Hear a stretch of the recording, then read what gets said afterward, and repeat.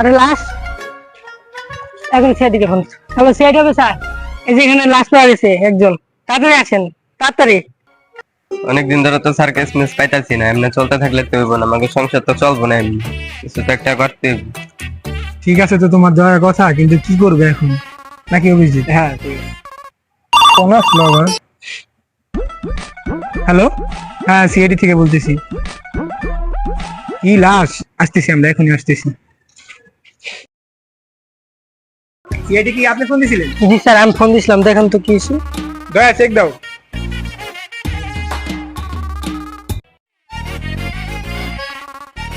লাশের সাথে কিছু পাই নাই, দুটা ফোন আছে।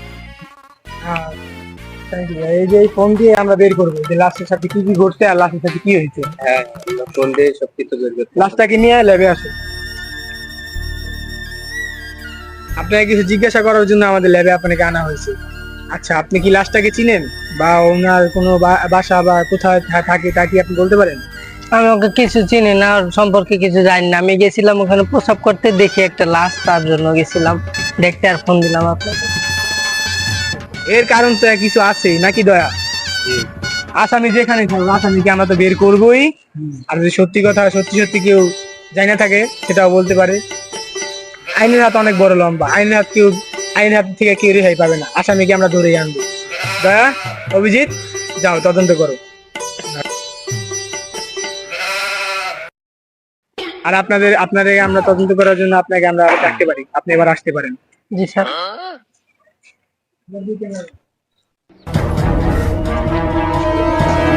স্যার, আমরা তদন্ত করছি, তদন্ত করে আমরা তেমন কিছু পাই নাই।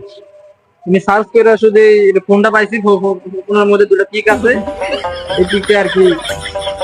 দেখি পিকটা।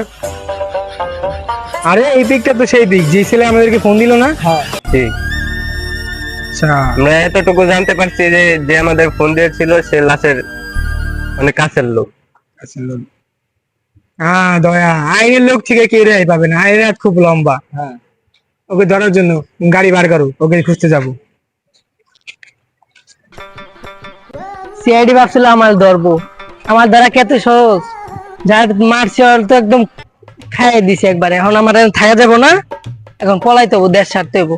আগে পলাই, সিআইডি আইলো। সেই হাত থেকে বাঁচা এত সোজা?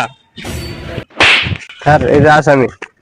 আরে সিআইডি হাত থেকে কি আর তুই বাঁচা সোজা? তুমি আর খুন করছিলা কিসের জন্য? তোমার সাথে ওর কি শত্রুতা? ওর সাথে আমার কোনো শত্রুতা নাই, আমার কাছের মানুষ হয়ে আমার ফোন চুরি করছে। আমি কোনো কাজে বাধা, আমার কোনো কাজ থাকে, আমার কোনো কাজে বাধা দিত। তাই তুমি ওকে খুন করে দিবে? মায়ালাই চলে গা। আমার রূপে জিত ছিল, আর শোধ করে দিছে, আমি প্রতিশোধ নিয়েছি। এর জন্য তোমার কি হতে পারে তুমি জানো? এর জন্য তোমার কি হতে পারে? তোমার শাস্তি একটাই, তোমার তো এখন ফাঁসি হবে।